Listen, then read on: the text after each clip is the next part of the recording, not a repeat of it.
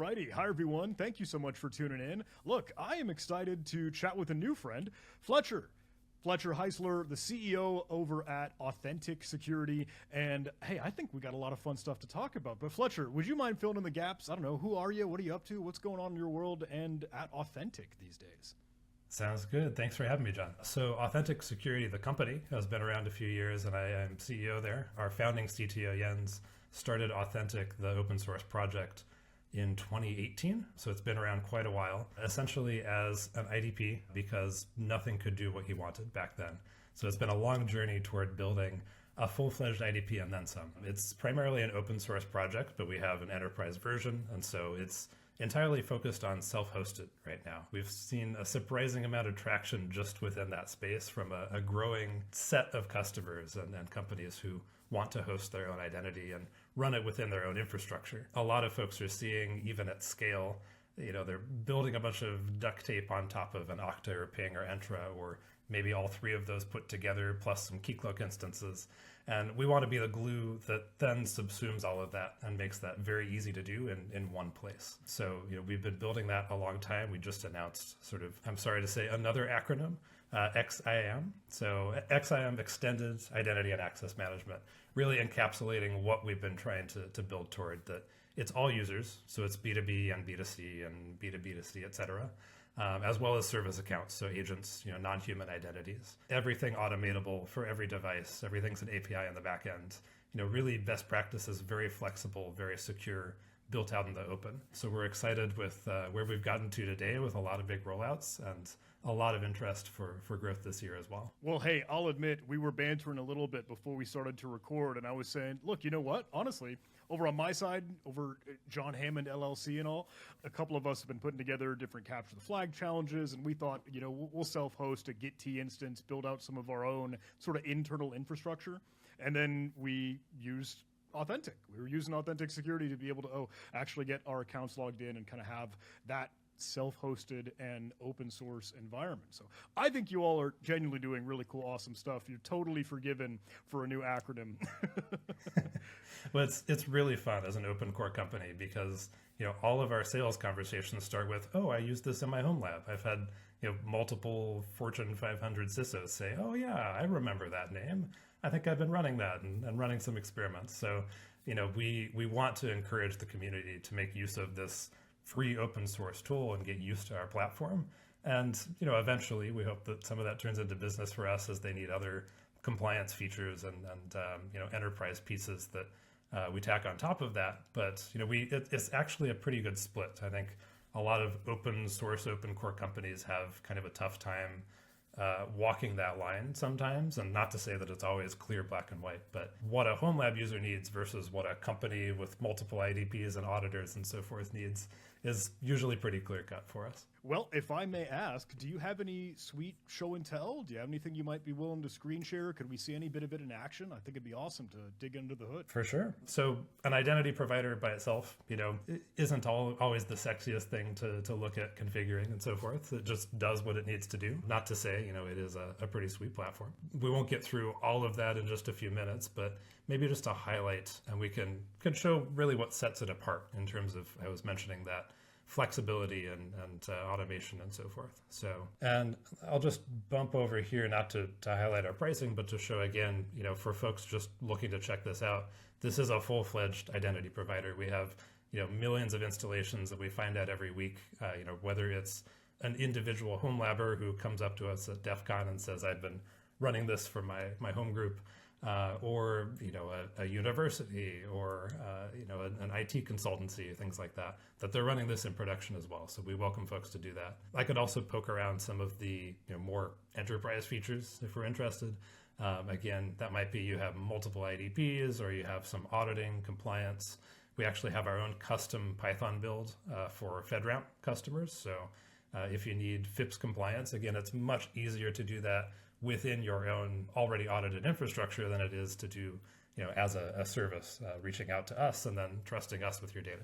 So let me go out to an example here.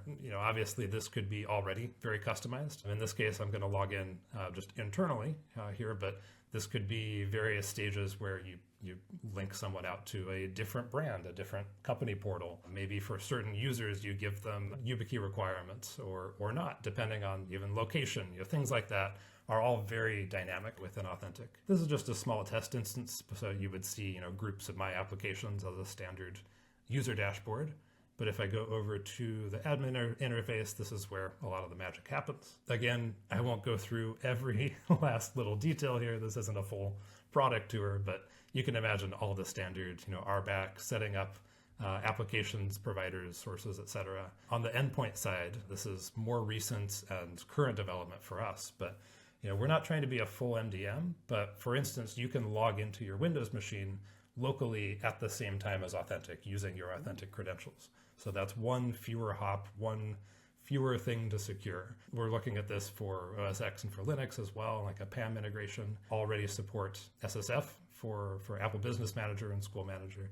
So things like that are already very, very tightly integrated with Authentik. Everything on the back end, it's essentially a Django project. And so everything is an API. You have access to everything that way as well. And that's another big sticking point that we see with a lot of folks where they end up writing a lot of duct tape on top of an Okta or Ping or something like that, where it's kind of up to the product roadmap that's somewhat opaque to you, whether or not you get access to that attribute or that endpoint. And likewise, even if you do, you might start hitting some rate limits there. So everything, we have a Terraform provider, et cetera. We want you to automate this. We want you to have access to this. What reminded me there was the logs. You can obviously just port that out to your SIM or whatever else, and it's all your data. None of that gets sent back to us. So this could also be run air-gapped even, and is in some federal environments as well. In terms of customizations, one thing to mention here, we have a lot of templates for same defaults and common actions and so forth, but everything gets decided essentially based on policies. So you can see some common types of policies here, what Okta might call sort of impossible travel. They decide for you, does it look like someone logged in halfway across the world in the same day? They'll flag that and decide what to do with that. That kind of works sometimes, but if you really want to use that dynamically for specific groups, I expect this group to be on a VPN or not, or I expect some more alerting based on folks who are also accessing these applications, that sort of thing. You can customize all of this very dynamically. The most dynamic is an expression policy. So I mentioned it's all Python. This is essentially embedded Python within your policies. So you don't need to go modify our code, but you can literally include Python here and reach in to those attributes. If you have your own custom attributes, we could say like, get something from the request context. I don't, take my this might not be exactly correct, but let's see, live coding a bit. We could say username is something like that, and lock them out. Yeah. I don't know why you do that, but just as an example of this is very flexible if you have something where you are tying back to multiple identity providers. We have a lot of folks who sort of have IT and infrastructure sprawl after a while. You could also use property mappings in order to tie to those other systems. And if you have certain attributes there that need to get mapped, we can either be that source of truth or that sort of glue and go between in that way. Man, Fletcher, this is too cool. Like, I don't know. I love the fact it's super clear to me that, like, look, this is developer friendly. This is engineer friendly. Like, if you want to dig into code, you can. Python, super flexible, always there for you. But even just the presentation, interface, management, like, I know it's easy for, I don't want to say the big boy players, right? But yeah, sure, Okta and Entra, whatever, they are, again, I can't say big or bloated, but overwhelming, right? Like, there is so many different dials to turn and knobs and here and there, but this just feels clean. Yeah. I think our stance overall is we don't want you to have to write code, but if you want to, we want you to go as deep as possible. So I pulled up our flows as an example here. You get, a default common flow for this kind of application authorization, and you can even see visually what should happen there. But again, if you need to embed code in there or go farther and really customize something, you can do that as well. So giving folks the power to really dive in whatever level is necessary to get the job done without having to tack on their own services or wait for us to do something as well. Yeah, I think the fact that we've built this up with very clear building blocks, I'll say that some competitors may have a longer list of, a catalog of integrations pre-built. Right. But what we found is even if it's not pre-built within Authentik, we can help you build that within a day or two much more easily.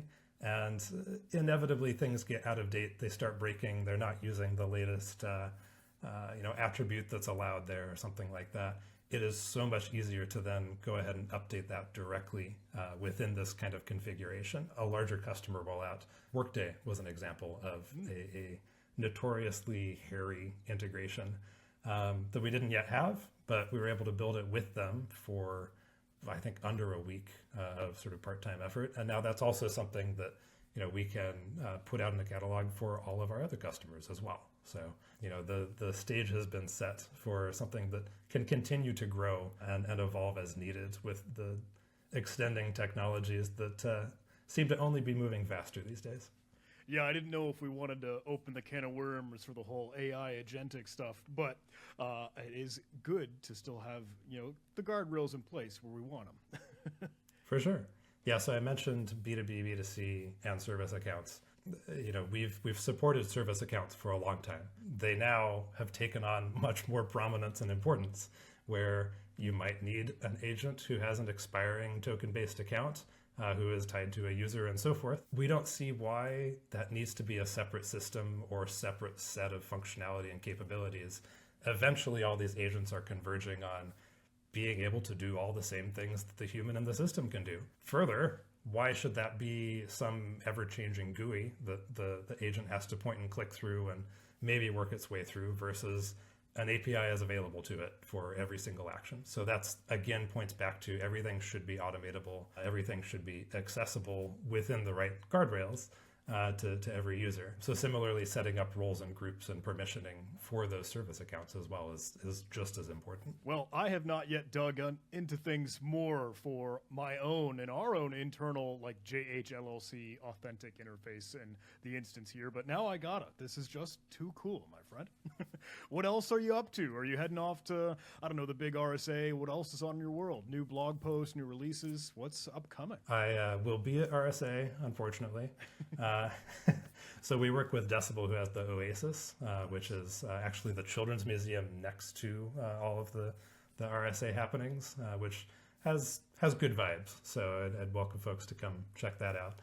We also have a few folks speaking, myself and a couple teammates at B-Sides beforehand. Excellent.